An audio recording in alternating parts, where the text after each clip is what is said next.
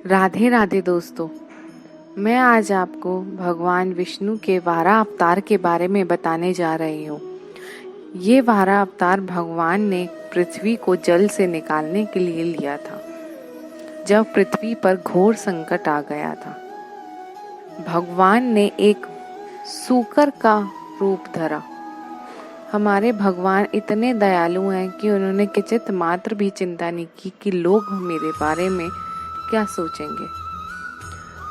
भगवान कितने करुणामयी हैं। कथा इस प्रकार से है। भगवान विष्णु की कमल रूपी नाभि से जब कमल पे विराजमान ब्रह्मा जी प्रकट हुए तो ब्रह्मा जी ने 100 साल तक तपस्या की।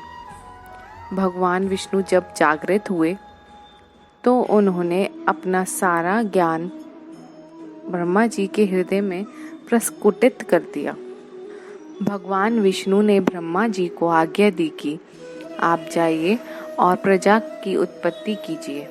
तब ब्रह्मा जी ने अपनी दोनों भुजाओं में से मनु और सतरूपा को प्रकट किया और ब्रह्मा जी ने मनु और सतरूपा को आज्ञा दी कि आप जाइए पृथ्वी पर और मानवता की उत्पत्ति कीजिए।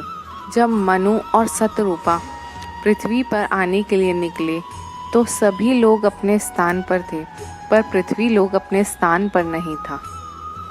जब मनु और सतरूपा वापस ब्रह्मा जी के पास आए और ये निवेदन करा कि हम तो गए थे लेकिन पृथ्वी अपने स्थान पर नहीं थी, तो ब्रह्मा जी चिंता में पड़ गए, क्योंकि बात ये थी कि दिति के 2 पुत्र हिरण्याक्ष और हिरण्यकश्यप।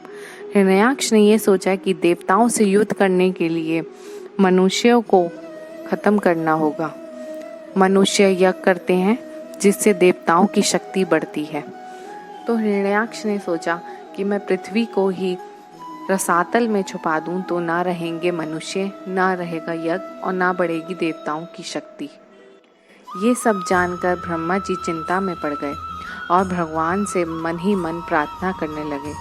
तभी ब्रह्मा जी को छींक आई और ब्रह्मा जी की नाक से एक छिद्र उत्पन्न हुआ और वह छिद्र देखते देखते एक शिशु एक वाराह के अवतार में अवतरित हुआ और वो इतना विशाल हो गया कि आसमान को छूने लगा। वाराह के भगवान की आंखों से करोड़ों करोड़ों सूर्य के प्रकाश निकलने लगे। भगवान के दांत चंद्रमा के समान चमक रहे थे। भगवान हिरण्याक्ष से युद्ध करने लगे और युद्ध करते करते उन्होंने हिरण्याक्ष का वध कर दिया।